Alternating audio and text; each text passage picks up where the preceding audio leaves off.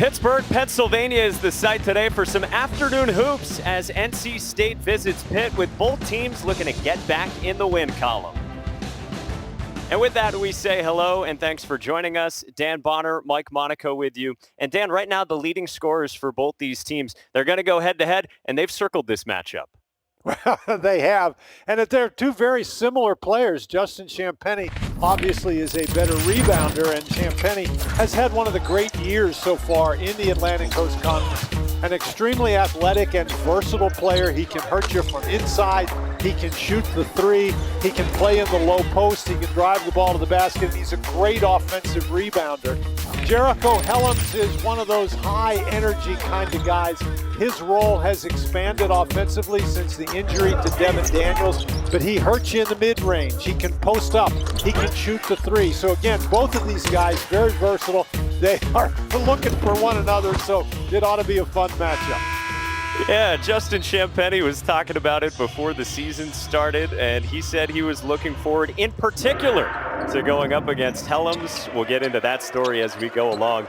We are underway from the Pete with NC State on the road and Pitt at home in the whites. And the Panthers open in the man-to-man defense, and they have to be solid on the defensive end. More than that, they have to be physical on the defensive end if they're going to be successful. That was just inside the three-point arc. Mike, that's the matchup we were talking about. Helms draws first. Yeah, block. Nice when it works out that way, right on cue. Helms, of those starters, the leading scorer right now, and Justin Champagnie, the starter and the leading scorer for a Pitt team that will have Xavier Johnson and Ithiel Horton coming off the bench today as Champagnie counters on his three.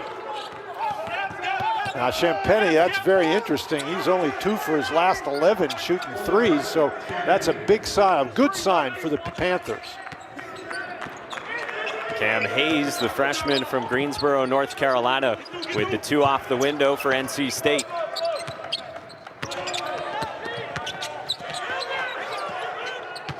Abdul Kareem Koulibaly handled the pass from Nike Sabandi, and Koulibaly gets the roll.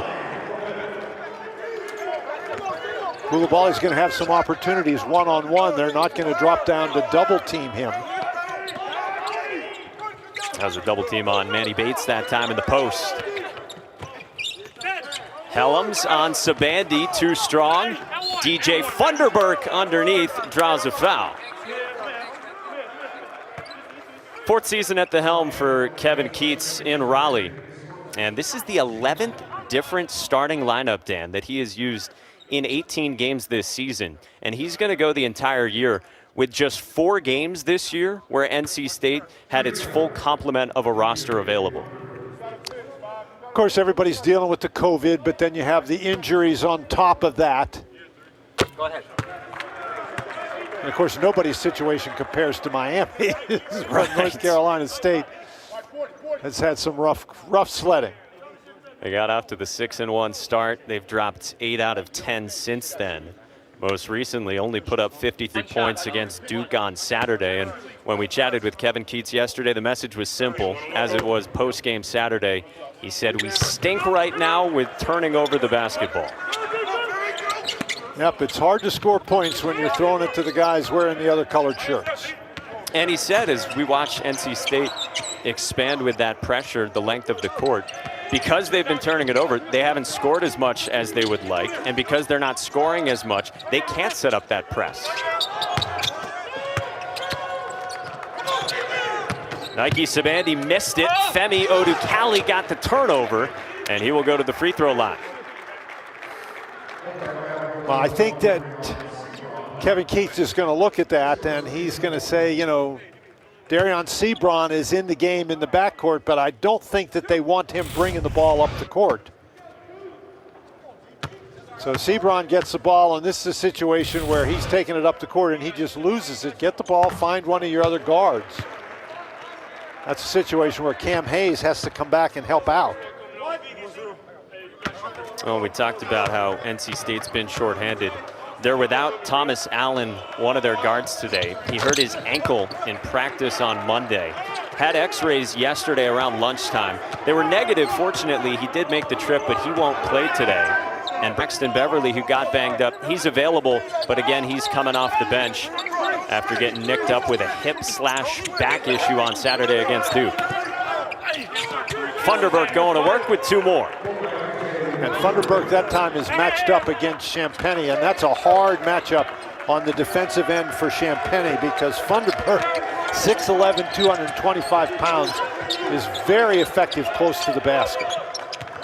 5th-year senior averaging 12 points, 5 rebounds per game. And he's matched up against Champagny down on this end, and Champagny has to take advantage. He left that one short. Manny Bates the rebound.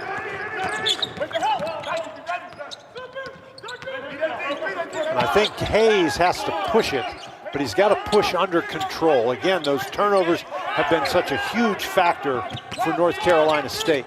Yeah, 39 of them combined the last 2 games. There's the second for NC State, and it leads to an odd East Tony run out, and Pitt's back in front by 1. And that is exactly the problem with turning the ball over. You turn it over, and you allow your opponent to get out and go, and you can't. There's no defense against that. Turnovers for touchdowns. That's the phrase that Kevin Keats often uses to describe those runouts off giveaways. And then a foul in the post drawn by DJ Funderburk. And they're going to get Odukali for it. And this is just a great outlet pass, and then the nice job by Champagny to recognize Audis Tony running ahead.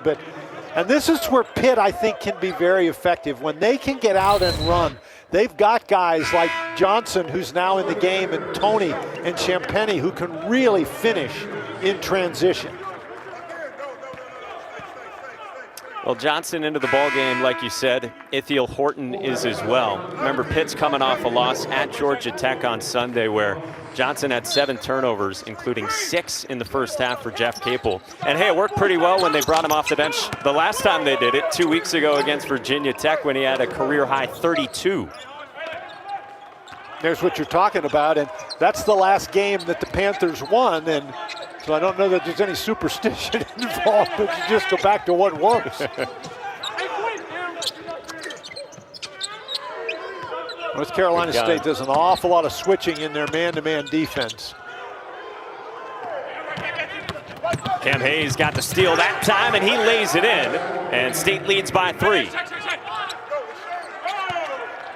And that's exactly the way North Carolina State wants to play. They are at their most effective when they can force you into turnovers and get out and go. Nice job by Cam Hayes to finish in transition. Risky post entry.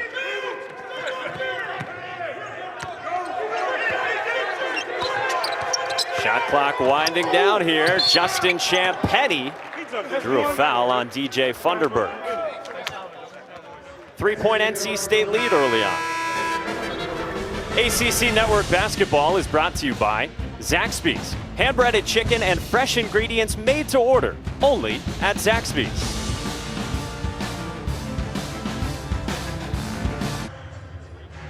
Well, coaches all over the country this week are paying tribute to the late John Thompson Jr., who passed away in August, of course, by wearing commemorative towels. You see him here with the NC State staff over their shoulders in the way that John Thompson did. The idea came from the NABC's Committee on Racial Reconciliation. And Dan, we really enjoyed chatting with both Jeff Capel and Kevin Keats, 2 of the 3 ACC black head coaches, and they were talking about how much they looked up to John Thompson Jr. Yeah, you can see there Jeff Capel's got it right. John Thompson was a right shoulder towel guy, and John Thompson said that that towel was something that he wore as a tribute to his mother. He watched his mother walk around in the kitchen with the towel on, and so that's why he wore it. And John Thompson, you know, it was interesting listening to those guys talk about it because doors opened for people like Jeff Capel and Kevin Keats because of what John Thompson did, because of what he stood for, because of his success.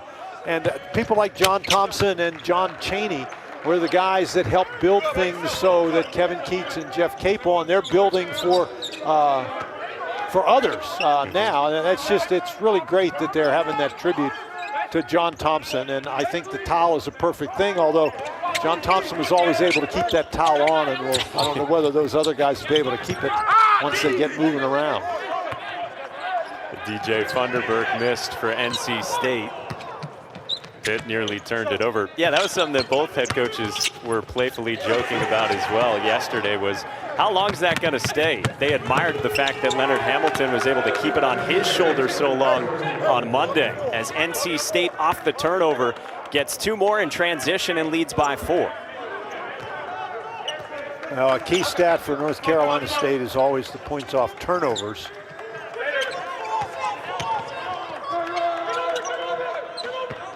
They've scored 4 so far.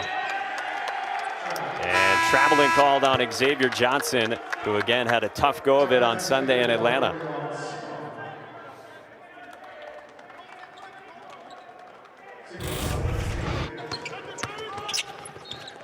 He says Terrell Brown just simply can't handle the pass. And Brown is a guy that doesn't have great hands. It's been a problem of his during his time at Pitt. They led to Helms, who's got a half dozen early on. Shaquille Moore, another one of those freshman guards, at the controls now for NC State. Braxton Beverly with the shot clock winding down, had to throw it up, and he got it to go. Put that one in the playbook. You know, Kevin Keats' team has been struggling on offense, so put that one in the playbook. Good heavens. And sometimes that's just the way it goes. Foul away from the ball.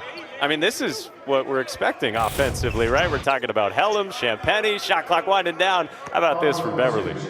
Well, Beverly, I mean, he didn't even have the ball in his hand. He basically flung that up there. He was losing the ball. And Beverly is not a guy that shoots a lot from inside the three-point arc. You know, more than 60% of his shot opportunities are from beyond the arc. Very few, I think, are like what we just saw.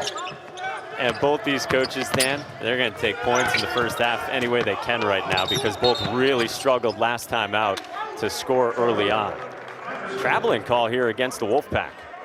Well, Moore trying to get out and run, and that's, if you're North Carolina State, they've turned it over twice now after rebounds, trying to get out and push the ball. Secure the ball, make sure that you have it. Here he just starts, and you know, that's not, you want to make sure you get out and go, but I think they're much better in transition off a turnover. Just get yourself organized off that rebound.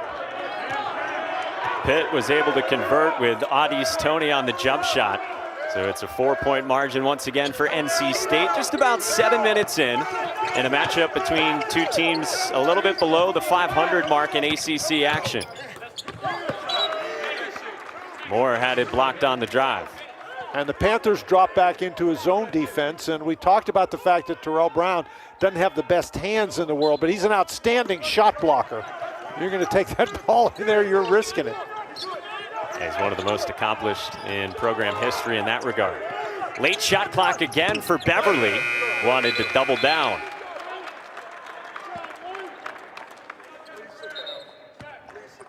That's twice in a row now that North Carolina State has been right up against it at the end of the shot clock. That one miracle shot by Beverly bailed him out. Not so that time.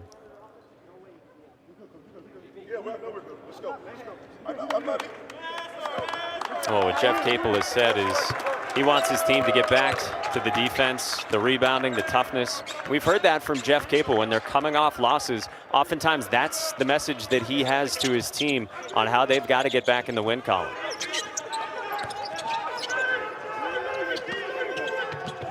Champagny faces up, left the jump shot short over Helms. Now the defensive end is where it all has to start for the Panthers. They got Hayes to miss a three. There's Xavier Johnson on the scoop to the hoop. And when you miss a three like that, and a three early in the shot clock before you move the defense around, that gives the defenders an excellent opportunity for rebounding and a long rebound, and that results in an easy transition basket. Horton commits sort of a silly foul right there, but Xavier Johnson, when he can get out and go in transition, He is as good as there is in the conference.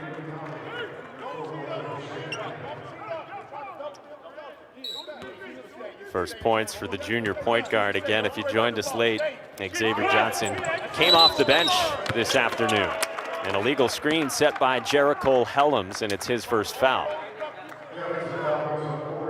And many times that illegal screen call is made because of defensive aggressiveness. You're moving quickly and you don't give the screen time to get set, and your aggressiveness and physicality forces the official to blow the whistle. And that's exactly the kind of thing that Jeff Capel was looking for.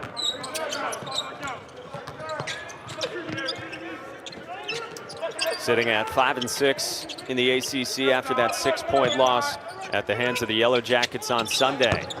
Ithiel Horton was terrific in that ball game in the second half in particular, but misses that time. Beverly, quick release, spins it out, and Funderburk follows. This is another example. They did not make the three-point basket, but you miss a long three that allows your opponent to get out in transition. They get a transition three, and in transition, it's really hard to block out. Funderburk now with 6 points in the game. Good start for him. He's a very good offensive rebounder. Cam Hayes has had good hands early on in this one, and then he draws Xavier Johnson into his first foul. NC State on the road leads by 4.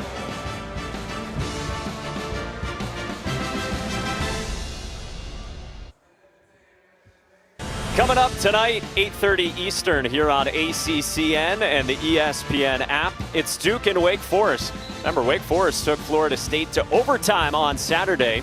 And for Duke, Dan Bonner, it's the first game for the Blue Devils since the news on Monday that Jalen Johnson has elected to forego the rest of the season. He'll enter the NBA draft, and that's all part of what has been a busy week of news in the conference. Yeah, you see up at the top there, Jim Christian relieved of his duties as head coach at Boston College. One of the really nice men in this business. It's a shame to see him go. And down at the bottom, the postponements, that still is a big story. And Mike, that's getting to be an even bigger story. We're getting down to the end. It's going to be hard to make these things up. Yeah, news was breaking just before that we came on the air with 3 more adjustments going as deep as 6 days from now, with North Carolina and Boston College getting postponed. So we're going to dig into a lot of that over the course of the evening as well, on how many games are scheduled remaining for some of these teams in the ACC. And if you're thinking of, I don't know, say Syracuse, who was supposed to play today at Louisville on these airwaves after this game, you're missing out on some quad 1 opportunities out there. Femi Odukali on the drive with a chance at 3, drawing the foul on Manny Bates.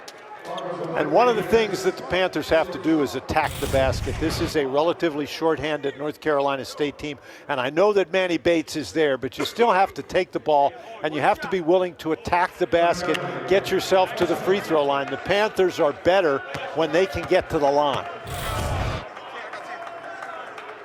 Odukali just a 42% free throw shooter, and he can't stamp what would have been a 3-point play.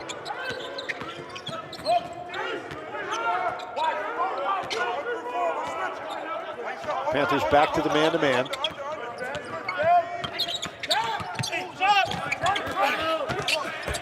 On the offensive glass, it's Funderburk again. So he's got 8 points and 4 rebounds early on in these first 10 minutes. And one of the other things we've seen is Cam Hayes has done a great job getting to the basket, drawing the defenders, and that gives Funderburk a clear run, a clear lane to run at the basket. Hayes has 4 assists, a steal as well. And now Coulibaly walks with it, and turnover number 5 for Pitt. Actually, they just called a foul on Coulibaly, I think, you know. And that's what happens. You get the ball down there, good position by Bates, and Coulibaly is putting his shoulder into him, trying to displace him, and that's with the official standing right there. Their instructions are to call the first displacement. And you just can't push that guy out of the way. This isn't the 70s anymore. Not the Dan Bonner era. Beverly on the streak to the cup for 2, and NC State's up by 9.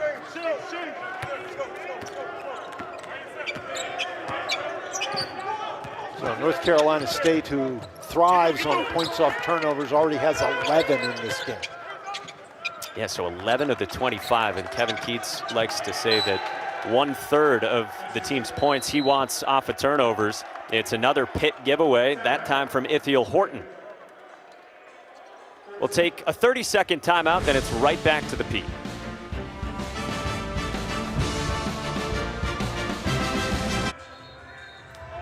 Well, it's not the flashiest storyline, Dan Bonner, to discuss, but both these coaches were so displeased with their turnover totals in their last game, and right now NC State has forced Pitt into a half dozen giveaways already. Well, NC State, they turned it over 20 times. Pitt turned it over 18 times. And it's just, neither one of these teams are offensive juggernauts. And so you really don't help yourself when you give the ball away. Funderburk got positioning, and he draws a foul, and we'll head to the free throw line. And that is a difficult matchup. We mentioned this before for Justin Champagnie. He's given up 5 or 6 inches and about 30 pounds. And Odicali's the one who picked up the foul, but when Funderburk can get that close to the basket, there's very little that Champagnie's going to be able to do trapped behind him. We know Pitt isn't a team that has a ton of size in the front court. And one thing that Kevin Keats has talked a lot about, Dan, in the 5+ games now without Devin Daniels, they've become a team that they have an identity more based on their front court players for NC State. And unfortunately for Kevin Keats and the Wolfpack, Funderburk missed those 2 free throws, and that's an unusual situation. He's an outstanding free throw shooter. Audis Tony on the follow off the Sabandi miss. And what did Jeff Capel tell us yesterday? That's when he knows Audis Tony is really into the game, when Tony is attacking the basket, particularly on the offensive boards. Yeah, when the scoring is just a byproduct of all the other things in the game of the junior from Huntsville, Alabama. Helms hits one over Tony, and Helms with an early 9 to pace the pack.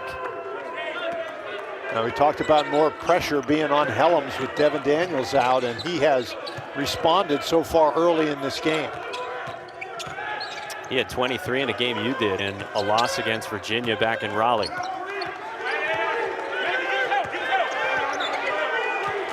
Beverly is fronting Champagnie. Johnson couldn't get it to him. Sabandi rises again, and this time he knocks it down. A welcome sight for the Panthers.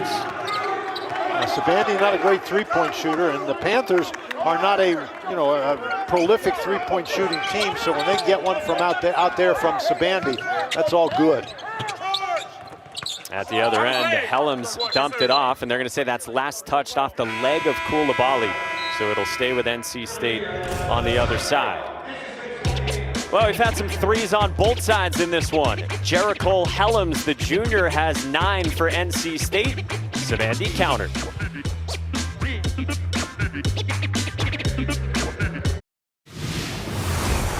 Well, we told you off the top that Jericho Helms and Justin Champagnie have had this game circled on their calendar for a little time. Let's go back to last year, their meeting in Raleigh. You're watching Helms 4 in the white, Champagnie 11 in the blue.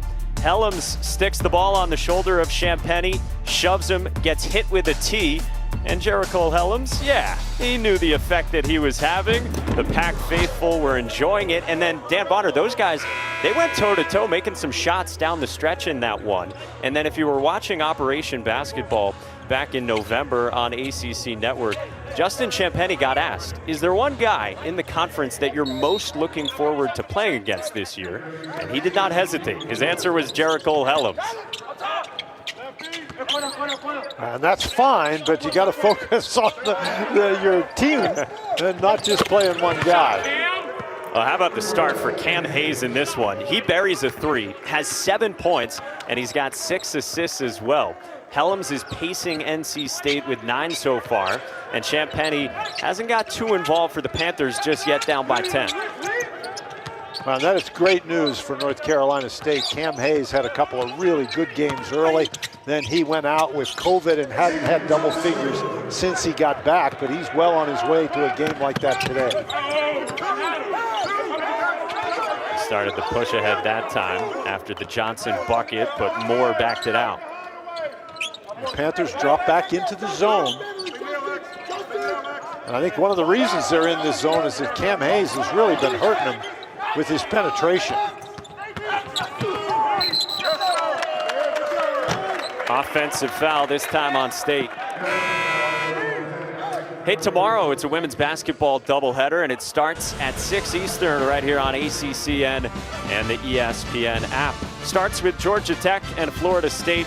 Then it's Pitt right here at the Pete, playing host to the #3 team in the country, Louisville, at 19-1 overall, 12-1 in the ACC, boasting Dana Evans, the superstar, coming off 25 points her last time out. It's been a strange offensive game for the Panthers. Really haven't heard much from Adis Tony. We just showed you Champagny with only 4 points. Johnson's only got 4 as well after he missed that mid-range jump shot. Thunderbird couldn't corral the pass. It's a State turnover, and then it's Jericho Helms committing the foul on Champagny from behind. And those are 2 really tough fouls on Helms. He picked up his first foul, setting an illegal screen, and here he just, I don't know, he just reaches in from behind. You don't want to commit that foul 70 feet from the basket. So that's 2 fouls now on Jericho Helms. He's got to come out of the game. And you know what, from that play as well, Dan, Adis Tony's fortunate that stepping on the ball there didn't result in anything worse than just slipping. That can be scary in that situation. Champagny good on the front end of the 1-and-1. Champagny, a 77% free throw shooter in conference play. And Champagny's a guy who's got to score in a variety of different ways. He doesn't have any offensive rebounds in the game today, and that's generally a way where he picks up 6 or 8 points a game. Well, he's coming off 13 points and a season-low 6 rebounds in the loss to Georgia Tech on Sunday. And Jeff Capel was chatting with us yesterday, and he said, everything's different in the world of Justin Champagny the last month or so because of the focus he's getting from opposing teams. After the bucket from Moore, Xavier Johnson got tangled up and went down underneath the hoop. Well, I think he was trying to sell a foul there too, so he and Funderburk sort of ran into one another. No, you're right. If Justin Champagny ever had the element of surprise, he's lost it. Yes. Johnson hits the 3 and then looks in front of the NC State bench, and Jamie Lucky tees him up. Man. Oh, that's got to be so frustrating for Jeff Capel. I mean, Xavier Johnson is a very good player, but there are some times where he just is not able to discipline himself. You know, there's just no reason for that, and he's standing right in front of the official. I don't know what he said, but literally, he's right in front of the official. A guy who has fouled out 3 times this year, including in the game Sunday when he got teed up after getting into it a little bit with Georgia Tech's Jordan Usher. That was part of a couple technical fouls in that game for Pitt. Now, the second one was far more excusable on behalf of Ithiel Horton, who merely said, "and one," after a bucket by a teammate underneath. But man, that's been a big part of the story the last 3 weeks or so for Xavier Johnson.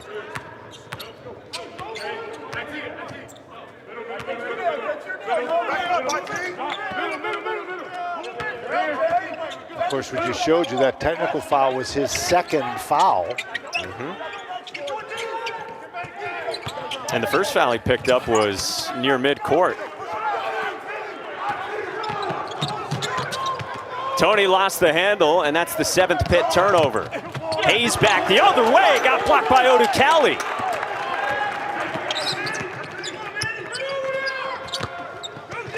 Horton off the bounce, off the shot fake for 2. Well, that's a nice job by University of Pittsburgh to take advantage of the 5-on-4 and not settle.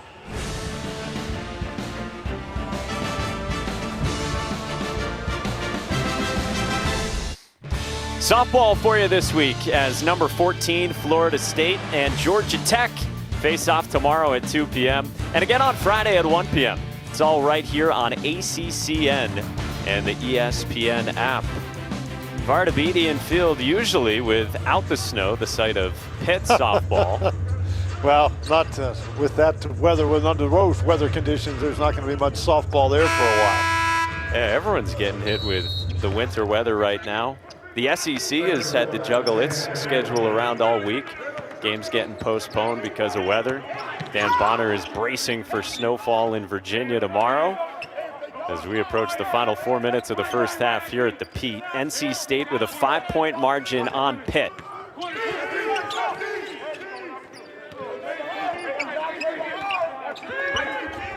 And Mike, the Panthers, they have not been as aggressive or as physical on defense as I think Jeff Capel was hoping. And now they did a nice job in their zone that time, preventing penetration and forcing a shot clock violation. But Jeff Capel said their identity has to be toughness and physicality, particularly on the defensive end. I think North Carolina State has been able to get some pretty good shot opportunities. Yeah, he didn't like the physicality, he said to us Sunday against Georgia Tech, and he didn't think they played smart in that game as well.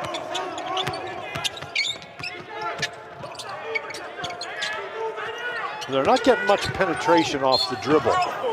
Now that is some shot right there. And that is exact, Champagny, that was not a very good shot, but he drew the foul. And I think he's got to attack Funderburk when he gets the ball, because that's Funderburk's second personal foul. We've already seen how important Funderburk has been to the North Carolina State attack. He's got 9 points, 4 rebounds, a couple of those offensive rebounds.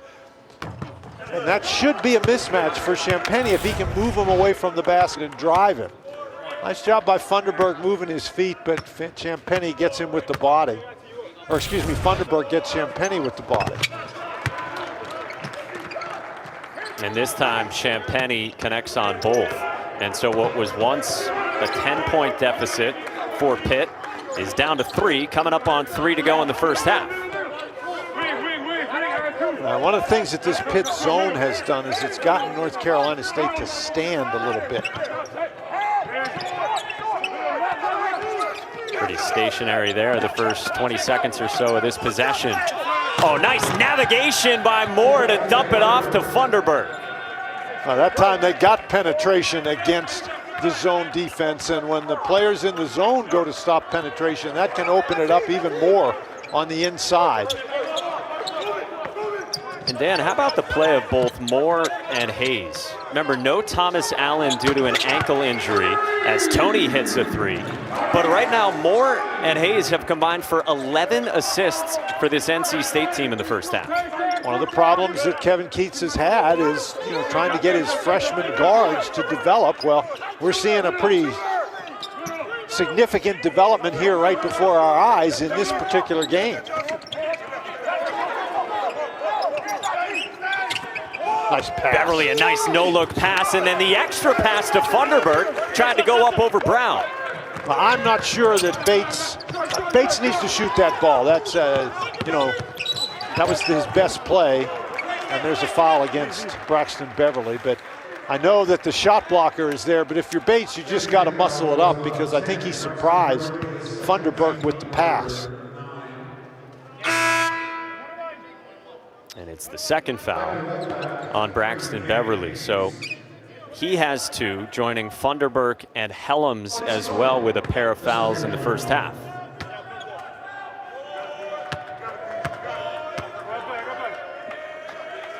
Bodies Tony, 67%, and he misses the front end. That's been a big issue for Pitt recently.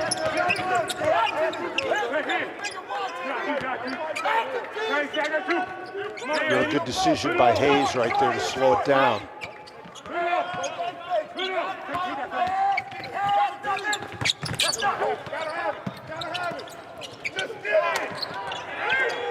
Nice Sebron saved it. Now Hayes with the shot clock winding down, missed that one short. Boy, the Panthers had a chance to pick that one up, and they didn't. Very fortunate to get that ball back without a North Carolina State basket, and there is an offensive foul on an illegal screen. Another turnover for the Panthers. Hey, coming up on the State Farm halftime report, Packer and Durham, they're going to get into a discussion surrounding Florida State. Of course, Florida State coming off a very impressive win Monday over number 7 Virginia. Well, when Florida State gets rolling, they are a very impressive team. There's Sebron on the streak to the basket to put NC State back up by 4. And yeah, that was something that Jeff Capel and Kevin Keats both said.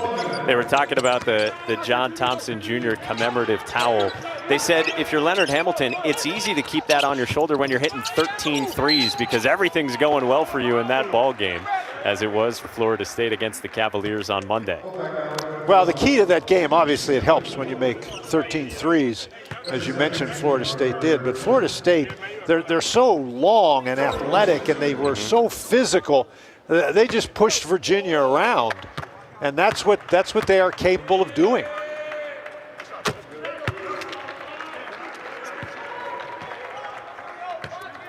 Jack Moore with a couple fouls now as well for NC State. And that Florida State team, by the way, with the shakeup in the scheduling, they're going to be here at the Pete on Saturday. So Pitt will not be playing against Clemson on Sunday right here on ACCN.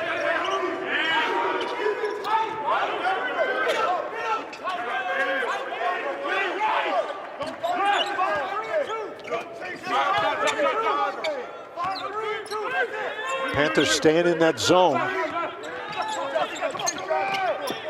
Hayes, that's a deep one. Off the mark. Thunderberg active on the offensive glass again, and he's got 13 in the first half for State. There's just no block out there in that zone defense.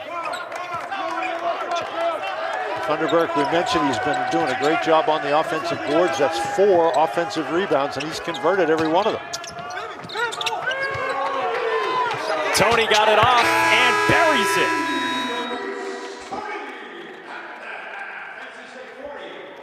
"14 first half points for Audius Tony, trying to keep pace with DJ Thunderberg. Plenty of scoring in this first half, and at the break, it's NC State up 40-39 on the road. Coming up, this halftime report is presented by State Farm. When you want the real deal, like a good neighbor, State Farm is there.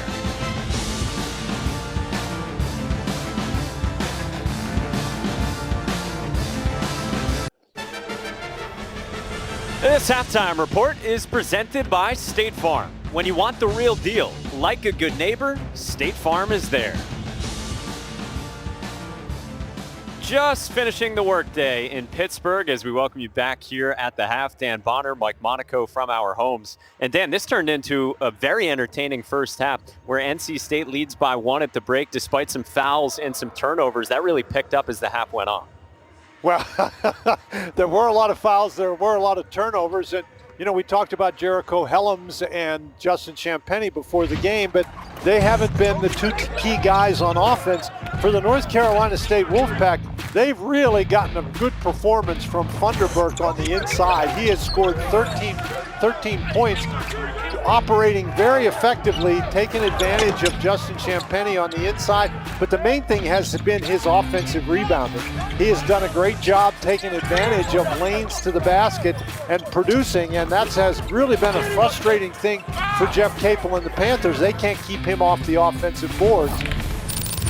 And for the Pitt Panthers, we talked about the fact that Audius Tony, we mentioned he hadn't really done a great deal for the Panthers. Well, in the last 2 minutes and 44 seconds of the half, he scored 8 points. He's knocked down a couple of threes in the game, and he has been the key for the Panthers. He's made all of his shots, except for he missed 1 free throw, but he's 5 for 5 from the field, 2 for 2 from beyond the three-point arc. And he has been the guy that has helped bring Pitt back into the game. Yeah, Helms early on had the 9 to pace the pack, but he had the 2 fouls, and then Tony and Champagnie have combined for 21. 1-point game at the break with NC State in front. And this has been the State Farm Halftime Report.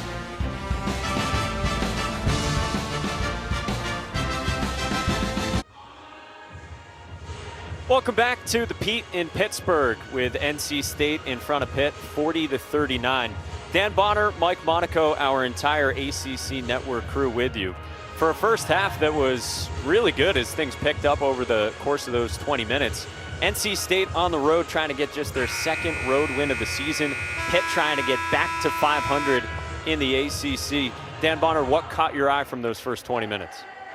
Well, we started with, it was a little bit, there was a lot of turnovers, a lot of fouls, but as the team settled in, we got to have a very entertaining half. I think North Carolina State, with their 5 offensive rebounds and the ability of those 2 freshman guards we talked about, Shaquille Moore and Cam Hayes, to get inside the defense.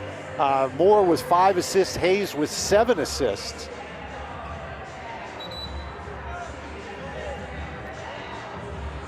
Those are season highs already for those freshman guards, and it's what Kevin Keats, Dan, to your point, he's been waiting for that. He's wanted his freshman guards to grow up after the Devin Daniels injury. And North Carolina State, the last about 6 minutes of the half, they played without Jericho Helms, and that's when Pitt really made a move to bring the game back to within 1 point. The lead was as large as 10 for NC State in that first half. The Pack with 4 different players who had 2 first half fouls. Beverly, Helms, Moore, and Funderburk.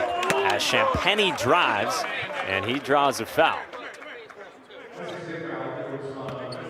And that's one thing we talked about in the first half, that the Panthers need to be a little bit more aggressive, particularly Champagnie. I'm not sure that 10, 11 feet from the basket, Funderburk can guard Champagnie, and Funderburk did not get that foul, but Champagnie drove around Funderburk, and Bates picked up the foul.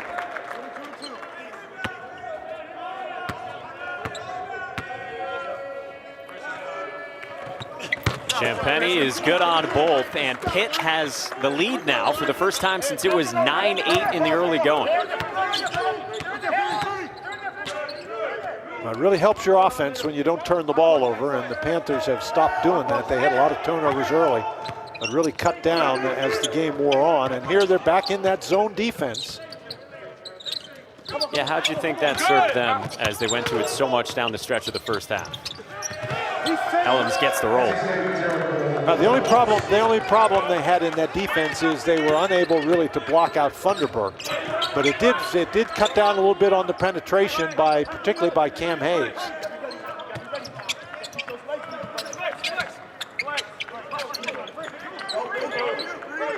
South Carolina State stays in the man-to-man. Odikali and Sabandi beginning the second half for Pitt like they did the ball game, with Xavier Johnson and Horton coming off the bench, and there's Champagnie with the second chance points. And that's his first offensive rebound, and as we said earlier, he picks up a couple of those and 4, 6, 8 points every game if he is attacking the offensive boards.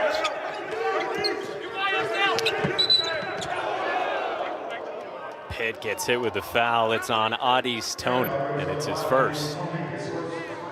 Toney just a little too anxious right there. I think he has a pretty good chance to get the steal if he waits for Funderburk to dribble the ball. Well, you've mentioned it a couple times, Dan, here, just in the first 90-plus seconds of the second half. It is different for NC State when they've got this big lineup on the court with Bates, Funderburk, Helms, 5-4 and 3-4. Come on, DB. That one squirts to Bates underneath, and Manny Bates on his first shot attempt has his first points. That's exactly what we talked about. That zone defense has cut down on the North Carolina State penetration, but Pitt has really had a tough time blocking out when they play that zone. Toney was terrific, like you said, Dan, as that first half went along, but he missed that one. And here's Darian Sabra on the length of the court. Well, nobody stopped him, and he just kept going. And then he picks up a cheap foul about 70 feet away from the basket. Well, you want to get some pressure. That's his second personal foul, but on that air ball, he just gets it and goes. And Pitt very slow getting back on defense, and Bates does a nice job screening Sabandi away from the play. Again, the offensive rebounding has been a significant factor for North Carolina State. Over and back because Nike Sabandi couldn't handle the pass. That's their 9th turnover, Mike, but that's the first one in a long time.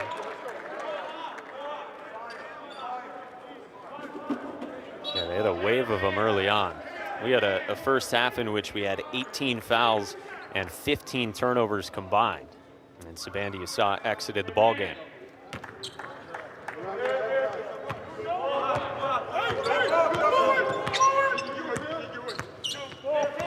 Panthers now back into the man-to-man.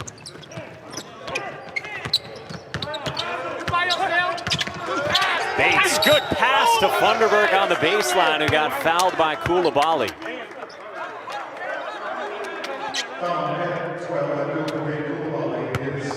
Well, that's almost like Manny Bates was showing off. Oh. Yeah. Wrapped it around, going backwards to find Funderburk. Kevin Keats has talked a lot about it since the Devin Daniels injury 3 weeks ago when he suffered that torn ACL in the game against Wake Forest. So much more of the scoring is coming from the big post players on this NC State team as opposed to the guards. That's been a big discrepancy and a flip from how it was earlier. And DJ Funderburk hasn't been his normal self at the free throw line today. Now he's 3 for 8, and he's an 84% free throw shooter. Boy, in a close game like this, you'd like your 84% free throw shooters to make their free throws. And he's the only guy who's gone to the line for NC State today. Tony with an offensive foul that has Jeff Capel in disbelief on the sideline. Now that's one of those plays where Helms is waiting for him on the inside. He's standing there, has his hands up in the air. You could see that coming from the time Tony started dribbling the basketball. This is a really good play. As long as he gets himself in position before that player leaves the floor, and he did, then he's in good shape. Tony decided he was going to dunk that ball when he started dribbling it, that he needs to pull up and shoot the little jumper. Pitt takes it away from Funderburk on the double team. And Femi Odukali back the other way, got tangled up with Manny Bates at the tail end of that. That's a great job by Odukali to force the turnover, but then he forced it on the offensive end. There wasn't really any break there. You pull it out and get one of your big guys running down the court, although they did call a foul on that play, and they called it on Funderburk, which is his 3rd. Yep. He's got 3, and 5 other NC State players, each with 2 fouls. So Beverly is in for Funderburk. Tony's got the size advantage, and the follow for Koulibaly. The shot blocker Bates came over to help out, and nobody was left to get Koulibaly. That's exactly what Jeff Capel said to us yesterday, that one of the ways they want to use Manny Bates' shot blocking against him is maybe it opens up some offensive rebounds. As Beverly scores, guy who's been so banged up throughout his career, including recently, he's got 9 points now.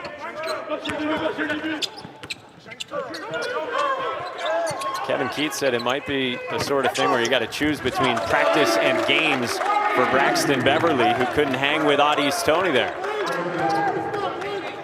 Now, players never mind not practicing, just playing in games. And Kevin Keats, his coach, has said he's got to have that practice time in an ideal world, but that's the way it goes. It was at the end of the first half against Duke on Saturday when he got tangled up with Jordan Goodwire and went down and irritated the back/hip. Funderburk and Sebron right now providing a boost. That's Sebron, who's up to 6 points. Another really nice pass by Manny Bates on the inside. Pitt not doing a good job in the first half controlling dribble penetration. This time the penetration is coming by the pass, and Panthers aren't handling it well. Bates got a block on Champagny, who got it back and draws a foul. Well, it's been a physical start to this second half. The first 5+ minutes, NC State by 3.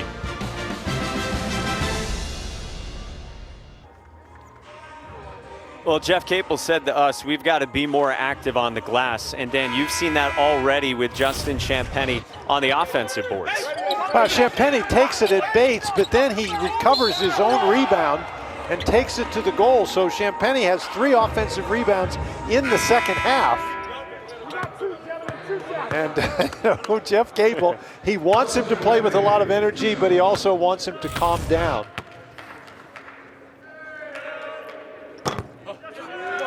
He's been getting to the free throw line tonight. Now 6 of 9 at the stripe for the sophomore from Brooklyn. Came into the day leading the ACC in scoring and rebounding, where he ranks top 5 in the country. Although, as you mentioned in the first half, his scoring and rebounding both have tailed off a little bit since he had those 2 huge games against Syracuse and Duke. And Jeff Capel says, his world has changed. Everybody's coming after him now. So he's got to make some adjustments. Yeah, a lot of double teams, a lot of increased physicality. Nice passing again from Manny Bates, this time to Helms. Again, it's the point that we make. It's like when the ball goes inside to Manny Bates, the Panthers, everybody turns their head and watches, and if the North Carolina State players simply cut to the basket, Bates has been able to find them. Manny Bates, who in his first 2 years in Raleigh had never had more than 2 assists in a game. He's got 3 already with 14 minutes to go.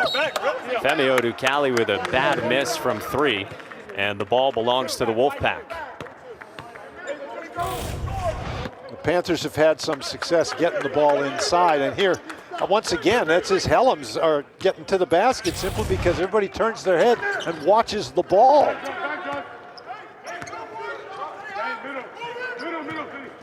And the last time NC State played Syracuse, when they had big turnover problems in that one as well, a majority of the turnovers in that game came from the 3 front court players.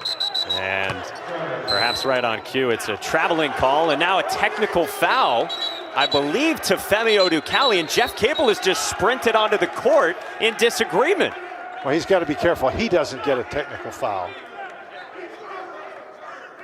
Femi Odukale is on the floor in pain, and he got hit with a tech that has Jeff Capel all sorts of hot. Well, he got tangled up at the top of the key. He's tangled up with Helms, and and that's why he got the technical foul. He rolled over top of Helms. And so Jeff Capel, I don't think, saw that. Did they call technical on Jeff Capel as well? I mean, it would be an appropriate technical. You're not allowed out on the floor like that. Well, and the other thing there, that replay, it looked to me like there was a hook and hold. I totally agree, and I didn't see who did the hook and hold to whom. You saw Odukale just go off down the tunnel. So, got to try to figure out how many technical fouls we have here. Is it just the one on Odukale, or did they call one on Jeff Capel too?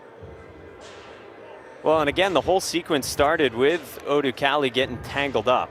But I'm telling you, they're looking here. They've got to be looking at what might be potentially a hook and hold. Mm-hmm.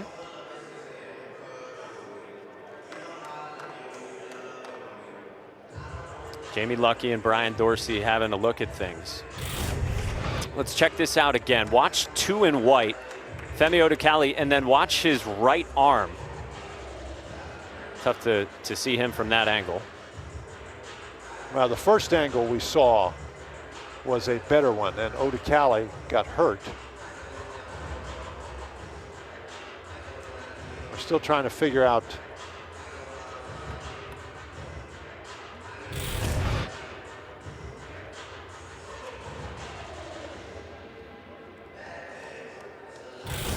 All right, first angle that we had earlier. Watch Odukale, his right arm. I think Odukale is guilty of a hook and hold right there. I think he pulled Helms down.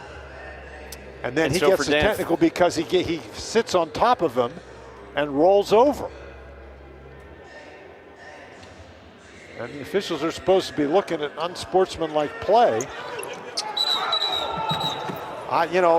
Odukale definitely hooks him and pulls him down.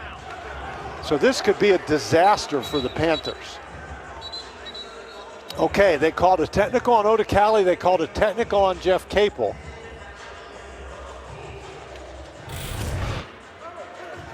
Wow. And if they tell Jeff Capel now, they've also called a hook and hold on Odicali, his head may explode. For those who have not been so fortunate, Dan, to be initiated properly into what a hook and hold is, in layman's terms, can you lay it out for us? Well, it's you just, one of the players takes and hooks his arm over top of his opponent and then pulls him down. You know, and that sure is what that looked like to me.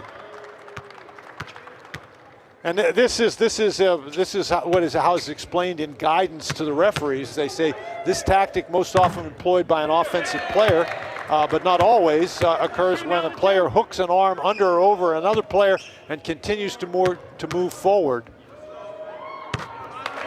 So we've got lots of technicals, and I believe we've got a flagrant foul here too. They could be shooting free throws all day.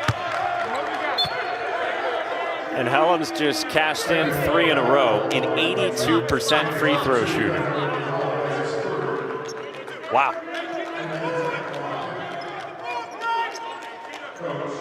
So 3 technical fouls on Pitt in this game in the first 27 minutes.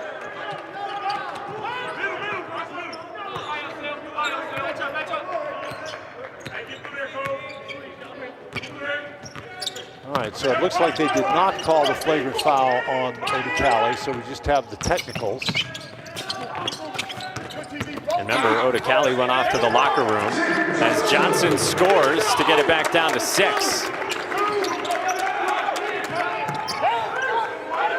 And Odicali, it looked to me like he was going to play most of the second half. You remember, Xavier Johnson got that technical foul, and I think he may have angered Jeff Capel to the point where Odicali was going to get most of the minutes here in the second half. But now with Odicali hurt, Xavier Johnson gets another chance. He's back in the ballgame. That was a lot to sort out as Terrell Brown blocks the shot of DJ Funderburg.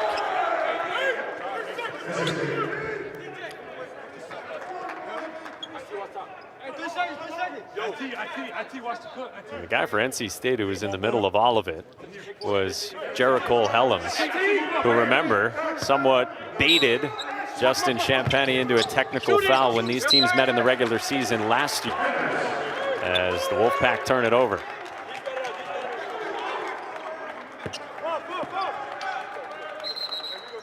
Well, certainly he was in the middle of it again. And I'm not exactly sure that you could say he baited Odicali into that technical foul. No, I wouldn't either.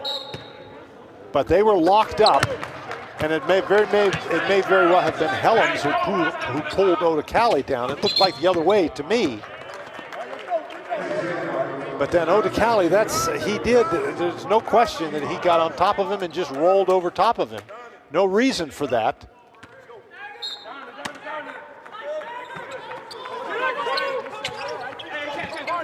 Jack Moore just picked up his 3rd foul for NC State.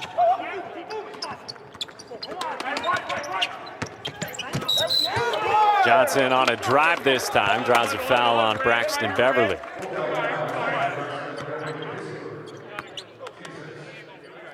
Friday night, 8 Eastern, we'll have our very next edition of Bald Men Not on Campus. Jay Billis, LaFonso Ellis, the coach, Seth Greenberg, only on ACC Network and the ESPN app. There's a lot to sort through for the Bald Men Not on Campus as they look ahead at the weekend because, Dan Bonner, the schedule just keeps changing. Everything's been up in the air right now. We do know we should expect to see number 7 Virginia at Duke Saturday night over on ESPN. What do you know? It's another foul. This time it's on Xavier Johnson for Pitt.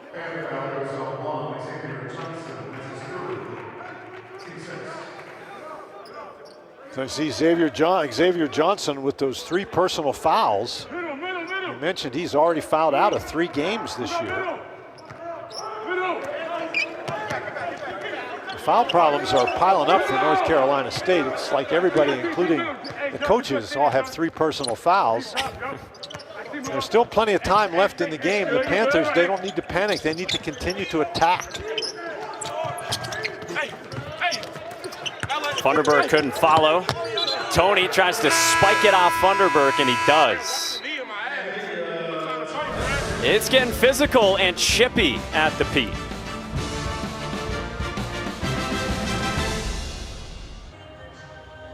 A reminder to fans to download the ACC 3-Point Challenge app presented by New York Life to help benefit the local boys and girls clubs. You can score points for your school, and after the tournament, the local boys and girls club will receive a donation from New York Life based on their affiliated ACC team's final ranking. Dan, the schedules are getting confusing with how many ACC games that all the different teams in the conference have remaining. We've been looking at the top 12 in the conference. So based on current schedules at the moment, it could change in the next 10 minutes. This is what everyone has left in the conference in the top 12. Well, you can see there's a great disparity there among the top 12. Clemson with only 3 games left on their schedule. Duke with 6. And again, the teams are not going to get to 20. They're supposed to play a 20-game regular season schedule, and nobody's going to get there. There's the totals. You see, nobody's even going to. The team that's going to get the closest isn't there is Miami. If everything goes according to plan, which of course nothing has so far this year, Miami will get to 19. And so it's going to be very interesting trying to determine who stands where in the ACC standings, because everybody will have played a different number of games. Yeah, that 14 of Louisville jumps out, and again, they were supposed to play today at home against Syracuse. So now the 2 times those teams have been scheduled to square up, Syracuse went to Louisville this time for that game not to be played, after Louisville went to Syracuse only for that game not to be played earlier. That's a nice move by Cam Hayes. Again, you're getting some penetration off the dribble.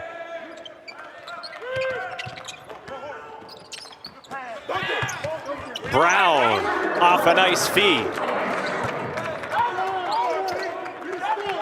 Terrell Brown not noted for his scoring this year for the Panthers. That's his first basket of the game.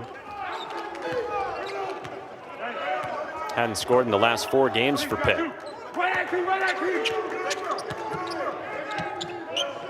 Well, the Panthers have to tighten it up on the defensive end. North Carolina State has made 7 of their 10 shot attempts in this half, and that's because they've been getting easy opportunities. Hayes turned it over, and Brown running the floor, got it from Tony. That was a nice job by Tony to wait for Brown to turn around and look for the ball. Brown, I don't think he realized he was ahead of everybody, but Tony did, and Tony waited till Brown turned around and looked, and then threw him a perfect pass. How about the minutes for Brown here, who has scored more than 5 points just 1 time here in his senior season. Shot clock winding down on Shaq Moore with a nice dump off for Sebron. And boy, that's hurt the Panthers all day, that dribble penetration, and we talked about those freshman guards. Moore now has 6 assists. Another easy opportunity for the Wolfpack. Champagny hasn't shot it well from 3-point range recently. Teams have been really keying on that, according to Jeff Capel. Now, Champagny needs to get closer to the basket. He needs to drive the ball. He needs to set up in the low post. Now, if he's matched up against Funderburk, that's a good idea to take him outside. But with Sebron, you need to drive him to the basket. Difficult shot there for Sebron. Pitt is running again, and Horton's laying it in. When you turn it over or take a difficult shot, that gives your opponent a chance to get out and go. Helms took the bump, and a foul on Pitt.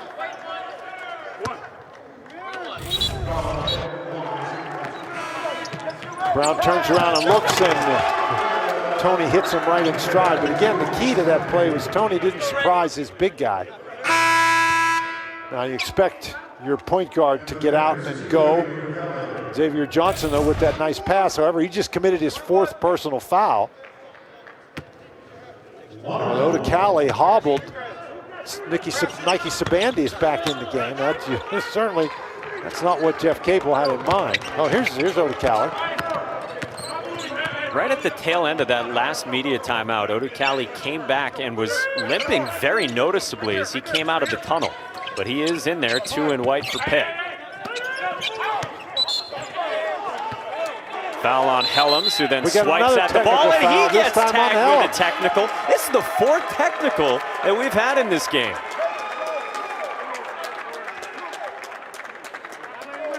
And that's now 4 personal fouls because he gets a personal foul, and then the technical foul counts as a personal foul. And I think what he was complaining about is he felt like he got hit in the face.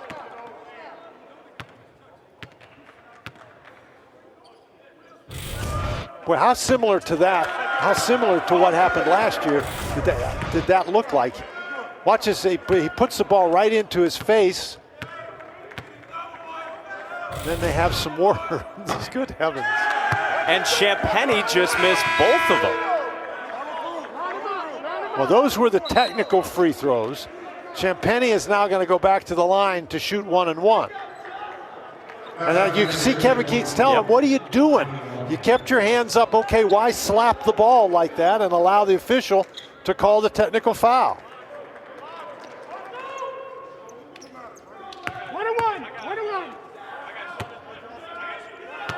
Well, it's good on you, Dan, to specify that those free throws were the technical variety, because we're going to have a whole lot of free throws the rest of the way with 8:11 remaining. Well, Champagny, since he missed both of the technical free throws, missed the chance to give the Panthers a lead here.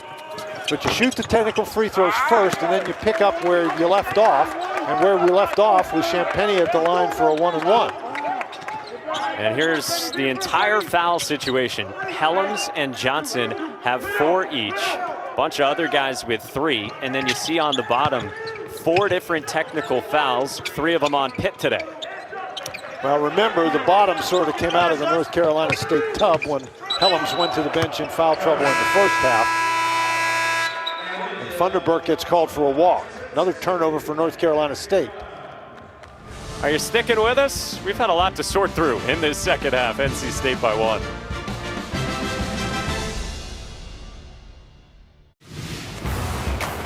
Our game recap centers on the 4 different technical fouls we've had in this one, Dan.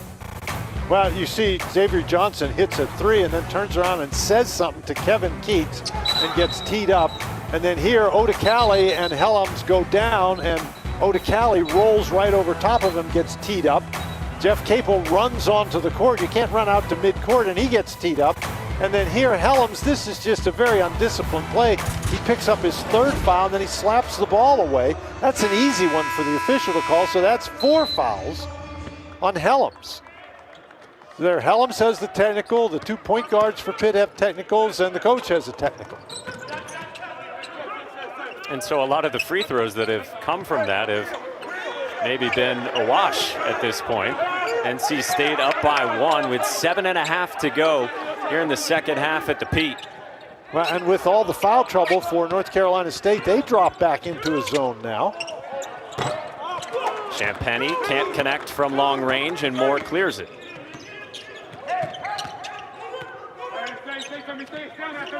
Now Champagny has made a 3 today, but only 1. He's 1 for 4 on the afternoon. Moore skips it for his classmate Hayes, and now Beverly from long range. Well, Beverly is a guy you cannot give him that kind of room.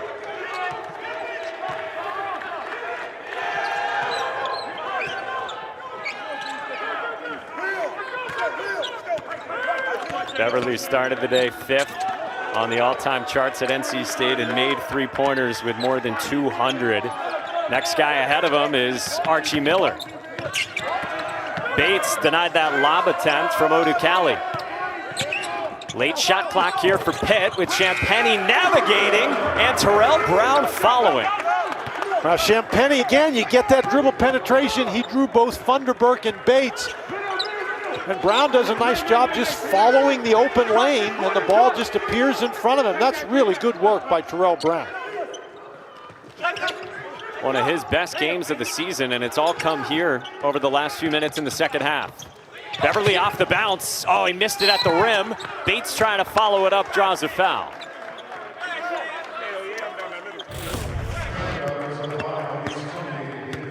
Champagny trying to get under the basket, and Bates is trying to swat at the ball, and Brown just fills in the empty space.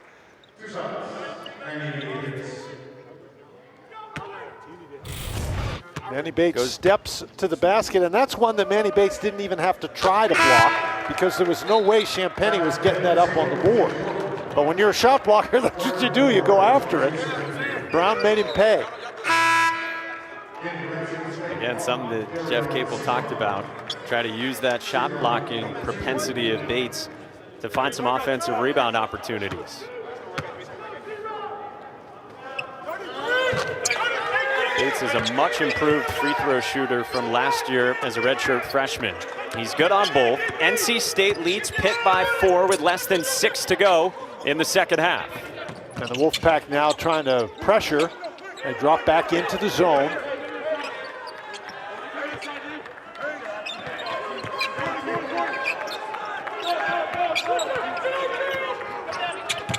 Tony, too strong that time. Well, I think if you're NC State, you're okay with that. And if you're Pitt, you cannot just throw the ball around the perimeter. You got to go inside that zone, try to attack it from the inside, or if the defense collapses when you get it inside, then you kick it back out for the 3. And even against the zone, I know you've liked some of the dribble penetration that Pitt's had. What a pass by Beverly. Extra pass and the stuff by Bates. Whoa. North Carolina State with a great job getting inside the zone with the pass that time.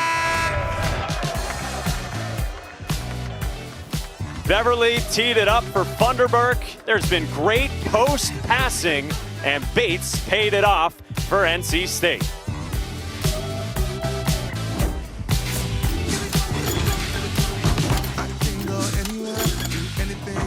Tomorrow, starting at 6 Eastern, a women's basketball doubleheader, Georgia Tech and Florida State in Tallahassee. Then it's Pitt at home against the number 3 team in the country, Louisville, with Pitt coming off a big road win yesterday in Chestnut Hill. Came back from 15 down in that one. Well, Cam Hayes has been really good for NC State in this one. 9 points, he's got 8 assists. And he's had to play a lot more in the backcourt because, again, if you joined us late, no Thomas Allen today for NC State, who hurt his ankle in practice on Monday. He did get good news today with x-rays that came back negative that he took yesterday. Did make the trip, but not able to go today for NC State. North Carolina State extending that zone. And if you're Pitt, you really have to attack against this zone. You can't just keep the ball out on the perimeter. There's 10 seconds left and the ball hasn't penetrated the 3-point line. Horton hits the 3 in the final seconds. Maybe you don't need to penetrate the 3-point line, and that's Horton. When he can catch and shoot like that, he is a very dangerous 3-point shooter. It's his first 3 of the game. After he hit 4 on Sunday and had 18 points against the Yellow Jackets, including 15 of those in the second half after he said he changed shoes at halftime. Oh, and that's a costly turnover. Sebron couldn't connect on the pass with Hayes. And the Panthers, they're just throwing the ball around the outside, and he's almost out of bounds. And that's one guy, if you're playing a zone against the Panthers, Horton is the one guy you cannot afford to lose.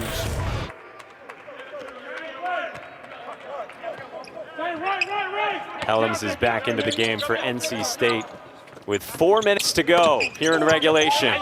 Champagny is so comfortable adjusting to that left hand when he's in close. He's now got 16 points, but again, I think that's what he needs to do. He needs to attack. Steps forward on a trap here of Braxton Beverly, and NC State takes the timeout with less than 4 to go here in the second half. Champagny's got 16, Pitt down by 1.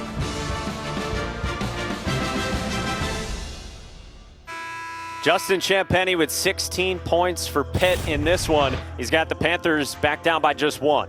Well, keep in mind as we get the high-angle view here, Pitt just made a 3-point basket, so the zone is interested in getting out on shooters, and Champagnie takes the ball to the basket. That is a really good play. Champagnie only 3 for his last 15 shooting threes. I think if I'm North Carolina State, if he wants to shoot the 3, I'm going to let him do that as opposed to driving by me. He climbs up for the rebound there. And Pitt has a chance to vault back in front. Xavier Johnson draws a foul on, I believe, Jericho Helms there, and it is on Jericho Helms. Wow.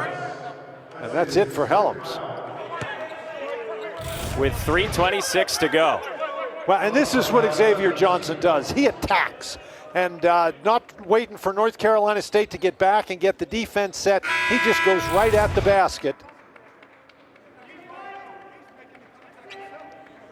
And Kevin Keats is wondering if maybe Xavier Johnson didn't push off, but I think that's asking a lot. Well,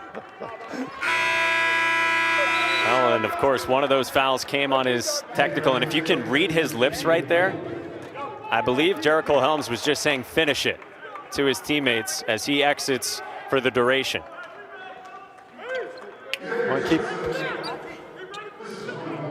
Keep in mind that one of those 5 fouls was a technical foul.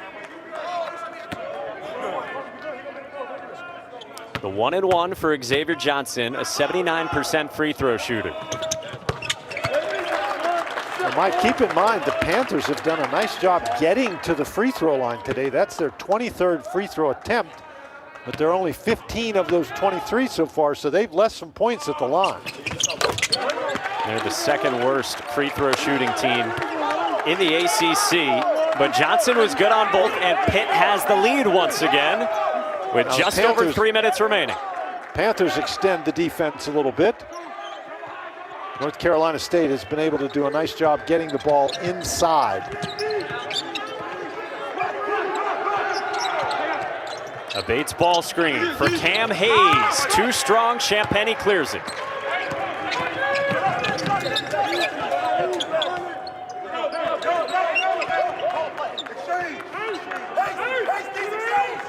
North Carolina State back to the man-to-man. And Johnson coughed it up. I think he might have been better just getting that one up on the board and allowing his teammates to run at the basket for the offensive rebound. Now it's Bates over the top of Brown, and NC State's back in front. And Bates is so much better in the low post with that little hook shot. Last year he was limited to dunks and layups, but he's actually got a couple of post moves now. He's got all 8 in the second half. The lob for Tony, good hands by NC State, but it will stay with Pitt at this end of the floor.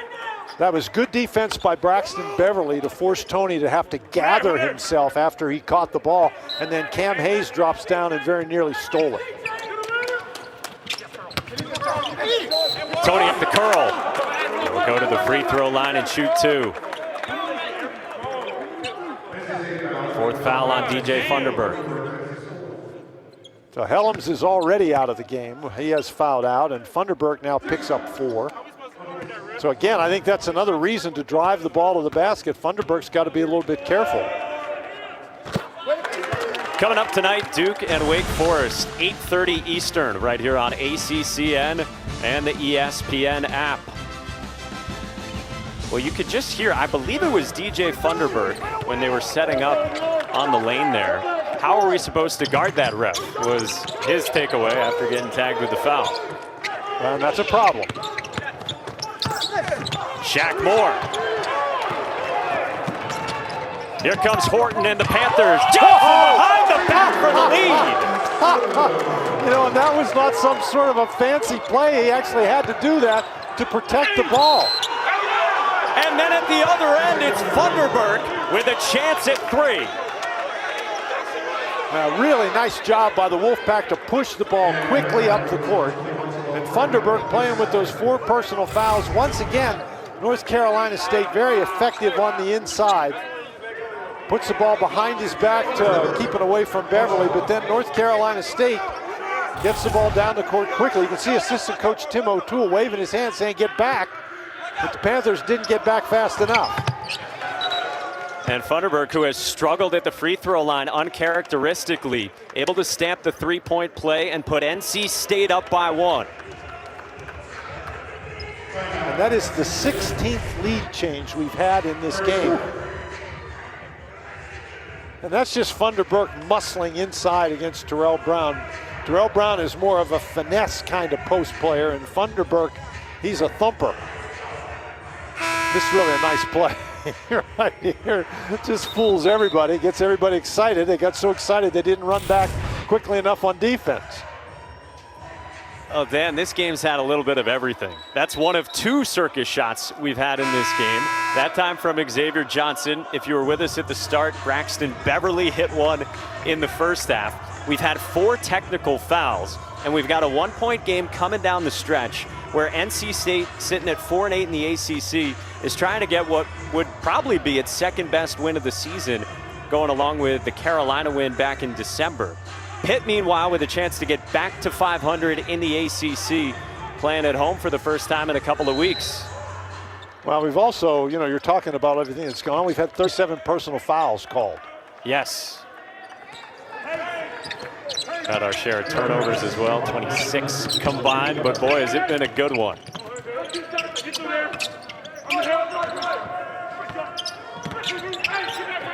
Horton. No.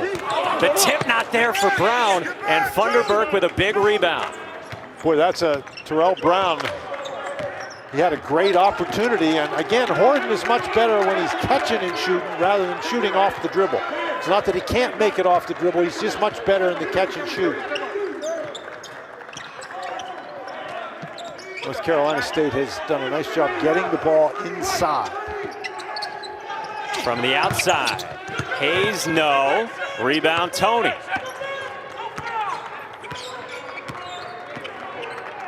Jeff Capel and wants Pitt will take a timeout. timeout, yep. 47.3 left on the second half clock.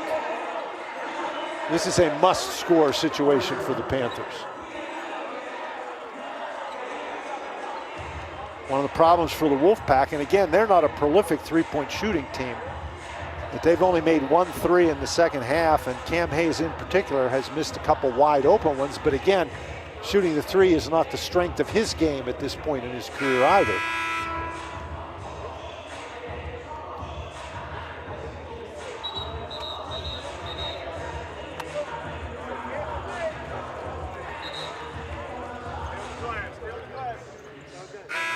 So Mike, to reset here, both teams are over the 10 foul limit, so any fouls other than offensive fouls will be 2-shot fouls, and each team has 1 timeout remaining. Cam Hayes has had a big game. Those 9 assists I think have been a big factor for North Carolina State, but he's missed a couple of shots here down the stretch. Remember, North Carolina State playing without Helms, who fouled out. Man-to-man. 3:26 mark of this second half. Pitt goes right to Champagny, matched up with Funderburk, and Champagny lost the handle. Well, you got about a 6-second difference between the shot clock and the game clock.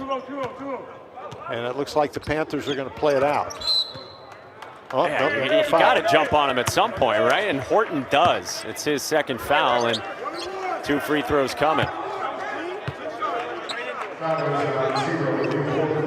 And Cam Hayes on the season,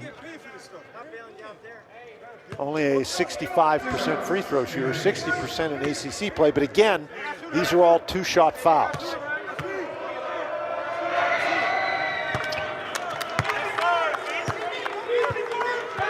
I think Pitt got the ball exactly where they wanted to on that last play. Champagny just lost the handle. Pretty good defense by Funderburk with 4 personal fouls. The freshman from Greensboro makes both to make it a 3-point lead for NC State, and we get a timeout with 23 seconds left here in regulation. I think that was James Johnson, North Carolina State, that called that timeout. It was. Final timeout for NC State. So some big free throws there, Dan, for the freshman who has played so well today in Cam Hayes. We reset things. Pitt down by 3. They'll have it with 23 seconds left. You called it earlier a must-score possession for Pitt, and Champagnie lost it when he was down there on the block. Where are you going here if you're the Panthers? Well, I think if you're the Panthers, you've got to score very quickly, and I think you'd like to get something taking the ball to the basket. Xavier Johnson on the drive, Justin Champagnie on the drive, but you don't want to, I think, just settle for the three-point shot. You don't need the three, but whatever you get, you've got to get it quickly so you give yourself some time.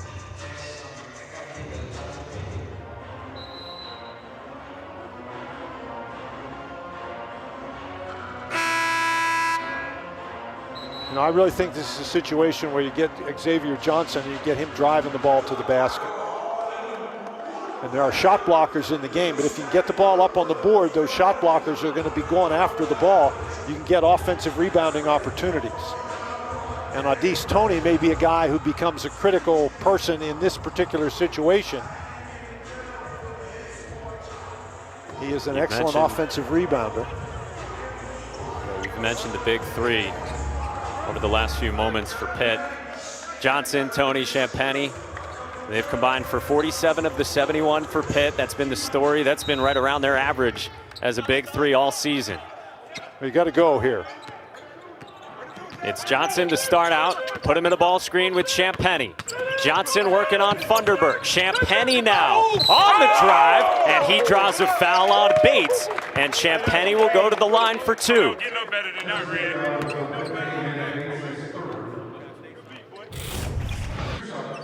And this is what you want to do. You want to attack the basket. And Champagnie here, he's looking for the old-fashioned three-point play, and that's a really good job by Bates. You go over and you attack him. You don't let him get the ball up to the basket.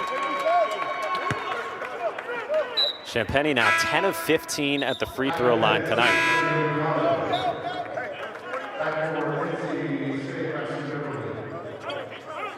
And Braxton Beverly obviously is in the game.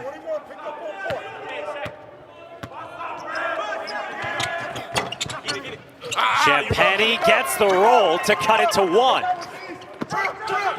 Hayes, a 65% free throw shooter, and he walks with it. Hayes turns it over. Well, that's a situation where the Panthers, they're over trying to double team, and they really don't care if they foul in this situation. And what they're trying to do here, this is a really good job by Odicali and Champagnie, putting a lot of pressure on Hayes without fouling. You know, most of the time you just reach in there. And that is a big turnover. Hayes clearly traveled with the ball.